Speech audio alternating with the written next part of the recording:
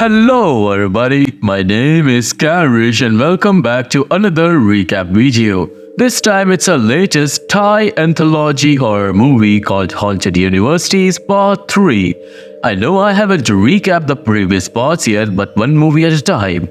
This movie shares three evil stories that revolves around universities having something haunted related to them. I was attracted by the first two stories the most, and I think you're gonna like this one, but be the judge by yourself after watching my video till end. On top of that, if you're new here, then please subscribe to my channel because it's something that is free for you and it helps me out a lot. With that said, sit back and relax as I recap Haunted Universities Part 3. So the first story is named The Headless Procession, and it begins by telling us about Princess Nuan Kaiv, who fell in love with a slave. Now, since Nuan Kaiv was a princess, the slave was executed by beheading. Ever since then, there's a legend tied to this story. If two people who are in love make a wish to the princess, their wish will be granted. But if those two people ever break up, the princess's demonic spirit will come and kill one of them. After this, we shift to a big city where a festival is happening and a group of college students is enjoying the event. We meet a couple who seem to be deeply in love. Tu and Jen. However, when Tu and Jen are alone, Tu speaks to her very disrespectfully. It's revealed that Tu has just been pretending to love Jen in front of her friends, but then, suddenly, Tu gets a cut on his neck. Jen freaks out, but then, out of nowhere, Tu's head is completely severed from his body. Jen is absolutely horrified, but then these strange entities appear and they decapitate Tu's head from his body. And actually, you see, these entities were headless too, and we realize that Tu and Jen must have made a wish to the princess at some point. Now the scene shifts to Tai and his best friend Koi. These two friends were incredibly close, and today Koi was pretending to be Tai's fake girlfriend so that Tai could get rid of another girl. We learn that Tai and Koi both attended a university where they worship that same princess. They're both studying art and are very smart, but neither of them has much money, and both of them are relying on scholarship to get through college. Now that day, Tai and Koi gets called to the principal's office where they find out that due to budget cuts, only one student will qualify for scholarship this time. Obviously, the scholarship would go to the top performing student in their class, but this meant that either Tai or Koi wouldn't get the scholarship, which was a huge problem for both of them. After leaving the office, Tai and Koi were worried. Then Tai tells Koi about a secret story involving their university. According to the story, there's a hidden shrine deep in the forest behind their campus. If someone makes a wish to the princess at that shrine, the princess will grant it. It sounded like just a legend, but that night, Tai and Koi decided to go into the forest to find that secret shrine. Along the way, Tai retold the same story I told you guys earlier, the one about the princess and the slave. Koi starts to get nervous after hearing it and stops Tai, saying they aren't a couple. She is worried that if they make a wish pretending to be in love, the princess might get angry. But Tai reassures her that nothing bad will happen. They'll just pretend to be a couple like they did earlier that morning. Soon after, they stumble upon the hidden shrine and both were shocked to actually find it. Since they've come this far, they decided to go ahead with the plan. They act like they're in love in front of the shrine, perform a quick prayer, and make their wish. Suddenly, the winds pick up in the forest, and Tai and Koi decide to go back. But as soon as they leave, a bunch of candles around the shrine light up on their own. It was a sign. The princess has heard their wish. The next day, during an event, Tai volunteers to carry a girl sitting on a platform on his shoulders, but as he's walking, he suddenly feels dizzy. Then the girl sitting on the platform above him turns into a demonic princess, startling him. He almost drops the girl, and at the same time Koi sees the same demonic princess standing nearby. Later that day, they get a call from the principal with a good news. Both Tai and Koi will get the scholarship since the college received unexpected funding. They're relieved and happy, but Koi is now more terrified than ever because she realizes the princess granted their wish, and now both Tai and Koi confess to each other as well that they saw the demonic princess that day. However, while Koi is convinced that the princess is there to kill them because they're not really a couple, Tai brushes it off, thinking it's all just old folklore. During one of their classes, they get the opportunity to go on a field trip nearby. While on the tour, Koi notices a strange shadow, and without thinking, she follows it. She then ends up in a dark, eerie hut where she sees someone walking inside. But before she can figure out who it is, the figure disappears, and suddenly, the door slams shut on its own behind her. Koi is trapped, but then she sees the princess again. This time, her head is cut off by an entity. The severed head rolls across the floor and stops right in front of Koi, and she screams in terror. Just then, Tai comes to help his friend, but to Koi, Tai seemed headless, which freaks her out even more. While panicking, she stumbles backwards and falls onto a table saw. Her back gets caught in the motor, and the blade begins pulling her head closer and closer towards it. Obviously, Tai tries to save Koi, shouting for help as the rest of the class and their professor rush in.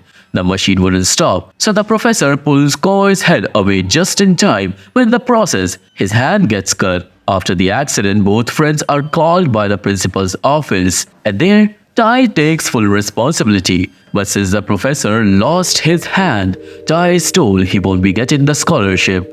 Koi steps in and tries to take the blame, but the principal loses his temper. She explained it's the princess's curse, but her words only make him angrier. And then Tai makes Koi leave. Outside, they talk about the need to figure out a way to break the princess's curse, and Koi suggests that maybe they should become a real couple to satisfy the princess. But Tai refuses, saying that they can't force love on anyone, and now they don't have a clue of what they should do. That evening, Koi returns to the shrine asking for forgiveness for making a false wish. Meanwhile, Tai told everything to his two friends, but they just laugh, thinking he's joking. As Koi finishes her prayers and is about to light some incense,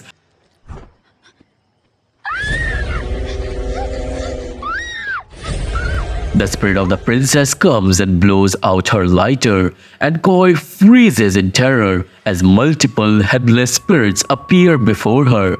Panicked, she runs away, and at the same time, Tai sees a headless procession led by the princess heading towards the university and coming straight for him. Suddenly, one of the headless spirits appears right behind Tai, ready to slice his throat. But at the last second, Koi arrives and saves him. Both friends start running back to the university, frantically telling everyone that the princess is coming to kill one of them. Tai's two friends laughed, saying the story of the princess is just a myth. They even start mocking her, but then both of the guys suddenly pick up two swords and slit their own throats, causing everyone to panic. Chaos soon spreads among the students, and that's when the procession of headless spirits arrives. Tai and Koi grab each other's hands and run, but suddenly, Koi looks over and sees that Tai's head has already been severed. Horrified, she throws his body aside. However, it wasn't the real Tai. Koi soon realizes that the real Tai is kneeling before the princess, about to have his head cut off by one of the spirits. Just before Tai meets his end, Koi rushes forward and begs for his life.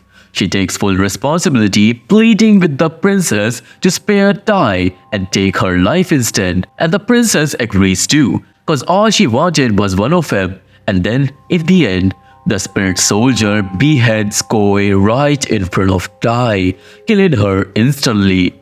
The princess vanishes and Tai is left crying over Koi's body. But there's something you should know. Koi was maybe truly in love with Tai.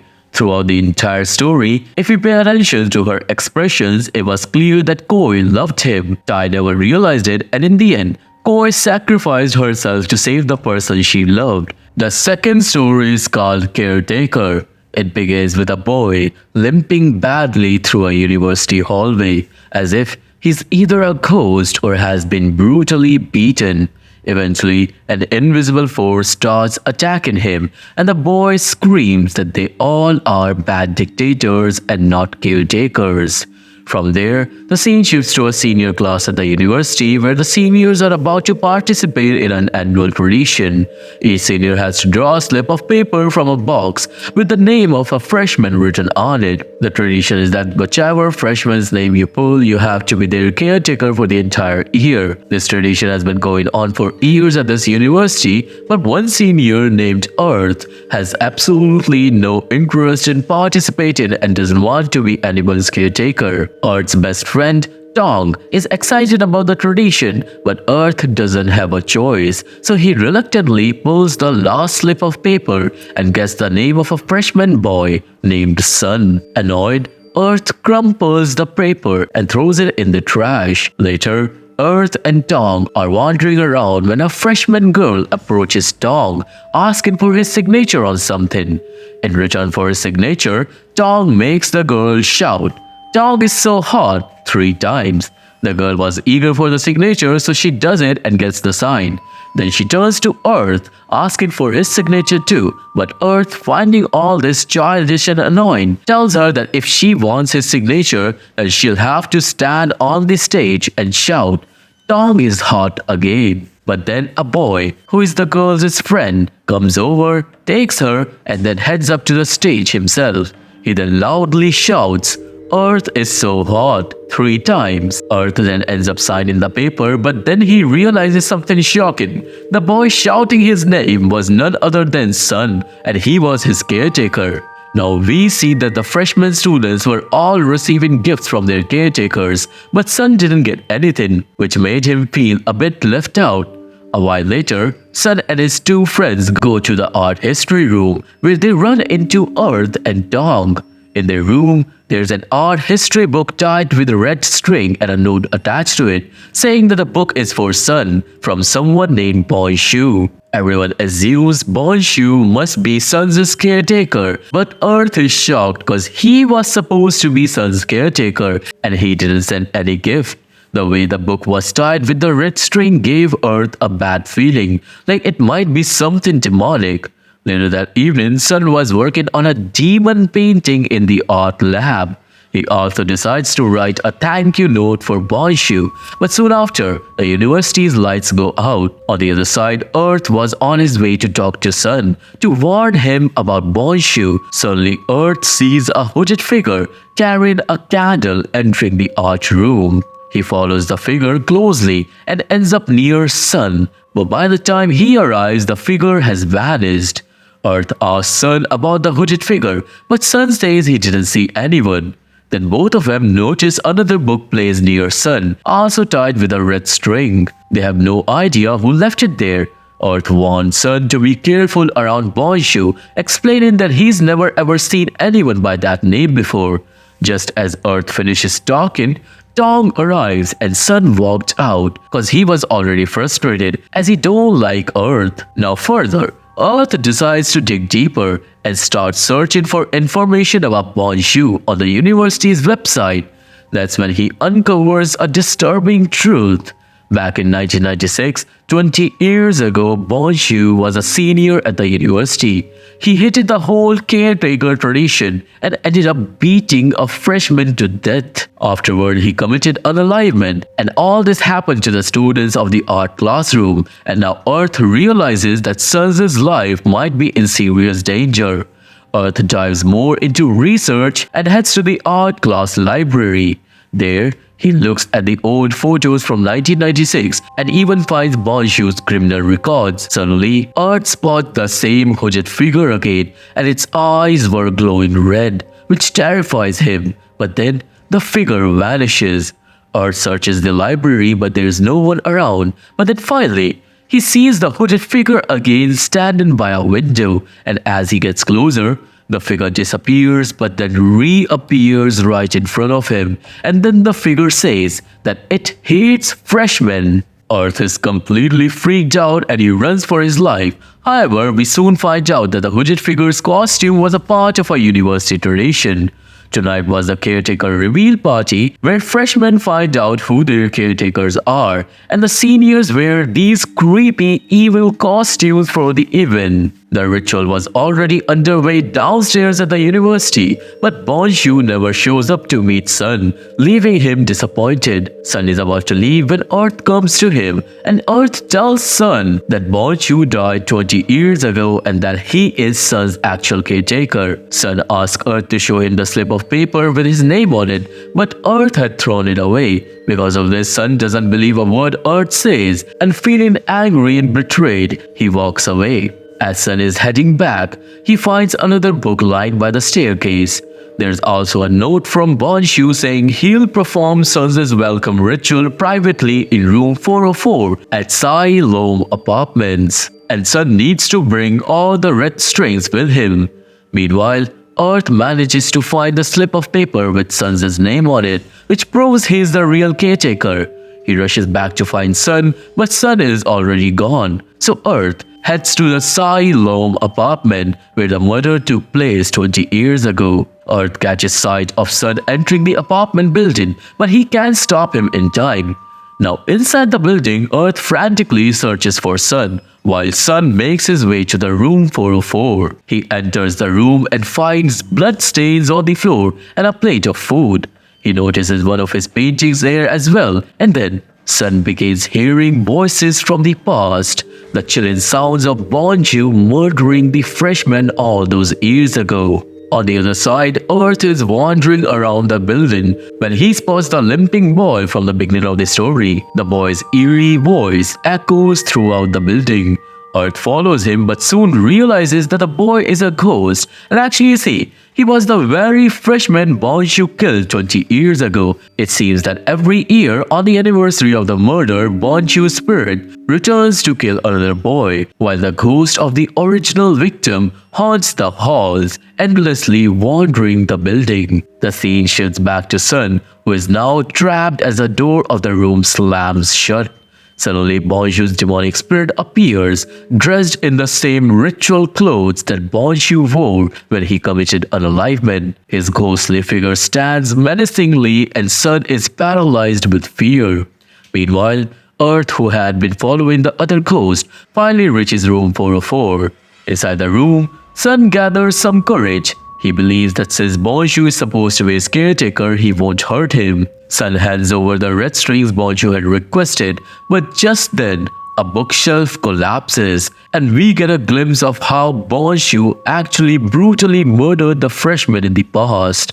Witnessing this horrific vision, Earth was terrified and he ran towards the room to save Sun. Meanwhile, inside, Bonshu drops his mask and reveals his true demonic form. The spirit takes the red strings from Sun and begins tying Sun to himself with them.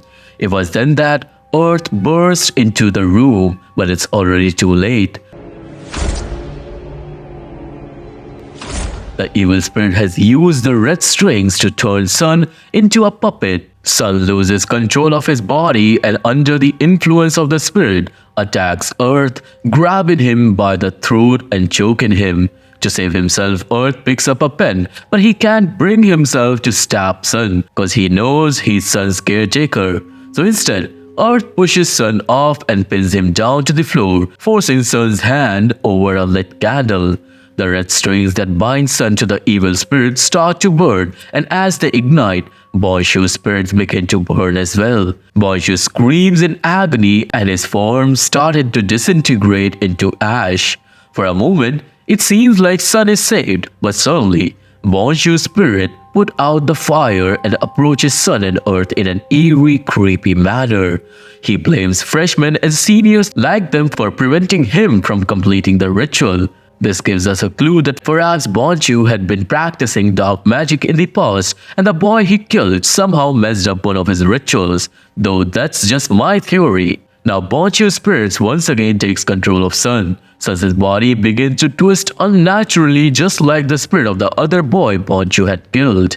Sun becomes evil again and grabs Earth by the throat to finish him off. But in the last desperate attempt, Earth shouts, "I am your caretaker, not Bonshu." Hearing this, Bonchu's spirit dissolved into ash, disintegrating completely. The reason? Well, Earth had finally accepted his role as Sun's true caretaker. With only one caretaker allowed for each freshman, Bonchu's spirit had no choice but to leave. Both Sun and Earth are left alive in the end, and the curse ended. After this, the two of them ends up falling asleep in that room, and the next morning, they wake up to find that everything is back to normal. Earth begins taking care of Sun just like a true caretaker should, and maybe, just maybe, the two of them start to develop feelings for each other as well, as we've seen in this entire story. In the end, both boys walk out of Siloam apartments, but they discovered the entire building is nothing but ruins. Now the third story is titled The Invisible Shrine. It begins with an announcement for a Halloween country music event at a university where kids were invited to showcase their talents. The audience would reward the performance with flower garlands, and the kid with the most garlands would win. After hearing this, the kids begin buying their garlands. We now see a girl named Mint who's going to sing at the talent show. She practices her song in front of her friend Vaughn, but he just makes fun of her. Meanwhile, chaos spreads across campus as other kids are running around dressed as ghosts, leading to some pretty funny confusion. When it's Mint's turn to go on stage, she realizes she needs garlands, so she asks Vaughn to get one for her before it's too late. And we also meet a boy named Harley, who gets kicked out of the party for messing up some decorations. As the talent show is about to start, Mint gets increasingly anxious because everyone has their garlands, everyone except her. On the other side, Juan unfortunately spends all his money on cup noodles and soda instead. Just then, Mint's phone rings, and she starts getting mad at Juan for not bringing the garland. But it's too late now, and he doesn't have any money left. Feeling bad for Mint, Juan wanders into the woods near the university, where he discovers a shrine with a flower garland hanging on it. He considers taking the garland from the shrine, praying to the spirits there, begging them to not harm him while he takes it. In exchange for the garland, Juan also leaves his cup noodles at the shrine. However, as he grabs the garland and heads back, a gust of wind rushes through the woods, and we realize the spirits in the shrine are definitely going to haunt the university. Juan arrives just in time to catch Mint as she's about to perform. He puts the flower garland around her neck, but as soon as Mint wears it, she sees the spirit of an old couple. Just then, she turns around and a demonic entity grabs her and a stage light crashes down. Mint barely escapes and Juan and others hold her, and they soon realize that Mint's sweet voice is gone. She can't sing anymore. Her throat is sore and damaged, and then both she and Juan saw the old couple again. Mint quickly jumps off the stage and starts scolding Juan, demanding to know where he got the flower garland. Juan tells her everything, and Mint realizes that Juan might have accidentally unleashed a curse. At that moment, the show's host begins telling a story about a shrine that people claim to have seen around the university, but it would appear and disappear at its own will.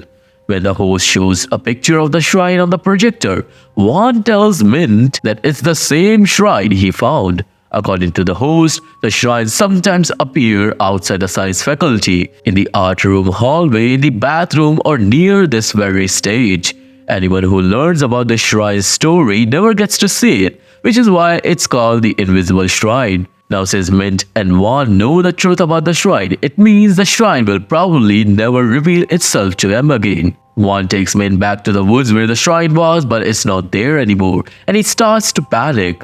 Mint begins to pray for the shrine to show itself and even apologizes to the spirits. But no matter what she does, the shrine doesn't appear, and Mint gets angry at Juan, believing it's his fault her voice might never heal. But just then, Harley shows up. Now we know that Harley had been kicked out, which means he still doesn't know the truth about the shrine and can actually see it. Mint and Juan quickly go and get Harley and ask him what he sees. He names everything from around but the shrine, which suggests it might have already left the woods.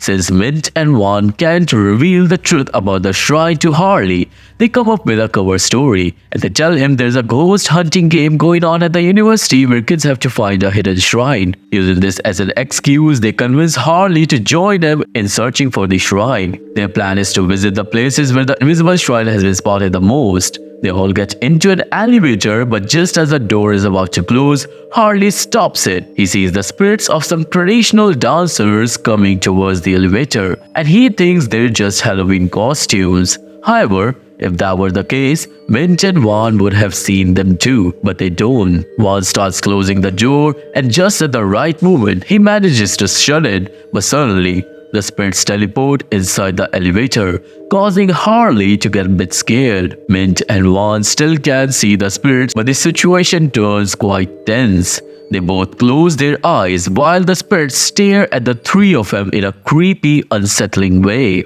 As the elevator door opens, Vaughn bowls out and then Harley follows, but just as Mint steps outside, a spirit grabs her hair, while another invisible force grabs Vaughn. Harley gets stuck in the middle, unsure of who to save first, but in the end, he rushes to rescue Mint first, and in the process, Vaughn disappears. Mint and Harley set off to find Vaughn and reach the art room. There, Harley sees an old man, but Mint can't. This leads Harley to believe that Mint and Vaughn are maybe just messing with him and pretending that they can see spirits. This frustrates him, and Harley ends up leaving. Mint is now alone, but at that moment, Mint hears Vaughn scream as she rushes towards the scream, scared of the spirits she can't see. But for some reason, the spirits don't harm her, and meanwhile Harley spots a traditional dancer spirit that dances away down a hallway.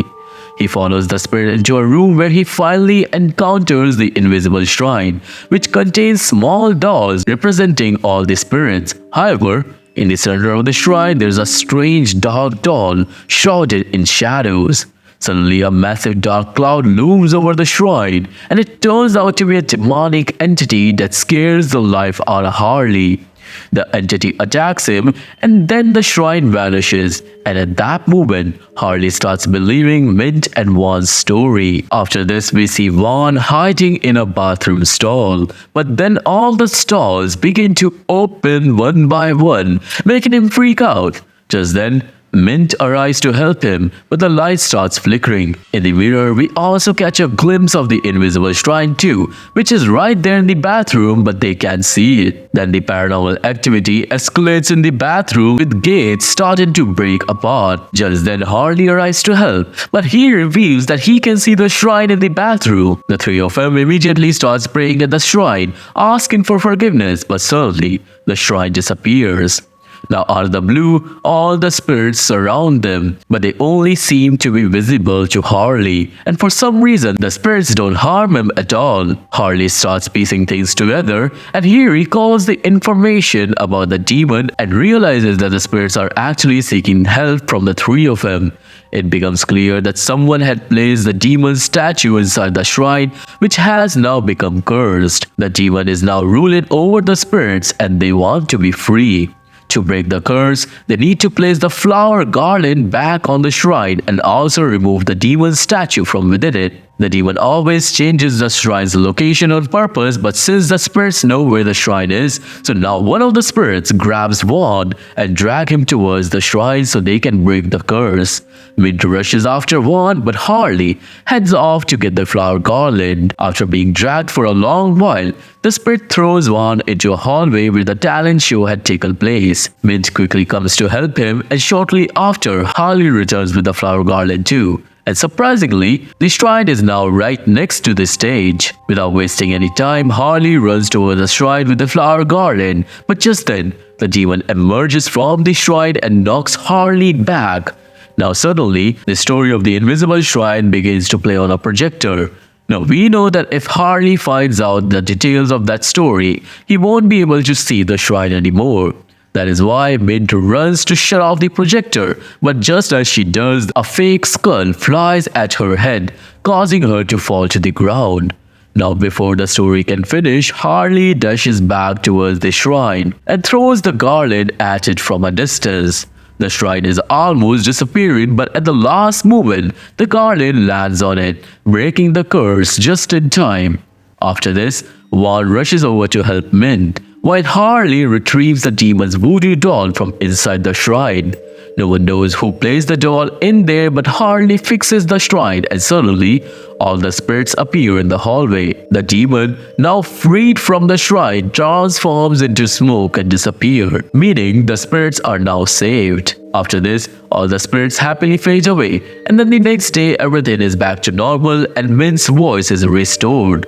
Mint, Vaughn, and Harley decide to send the demonic doll down the river, but in a twist, it ends up in the hands of a little girl. Her mother takes the doll from the girl and places it on another shrine, which then disappears. And it shows us the birth of a new invisible shrine, and this is where the movie ends. So this was the recap video on the movie Haunted Universities Part 3, and I hope you have liked this video. If you have, then please subscribe the channel, like this video, because I really need your support to grow further.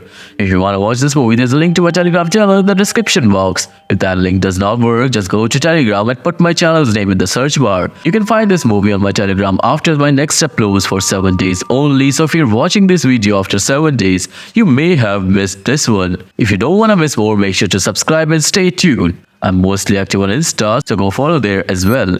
And look into my other channels where we discuss about the mysteries.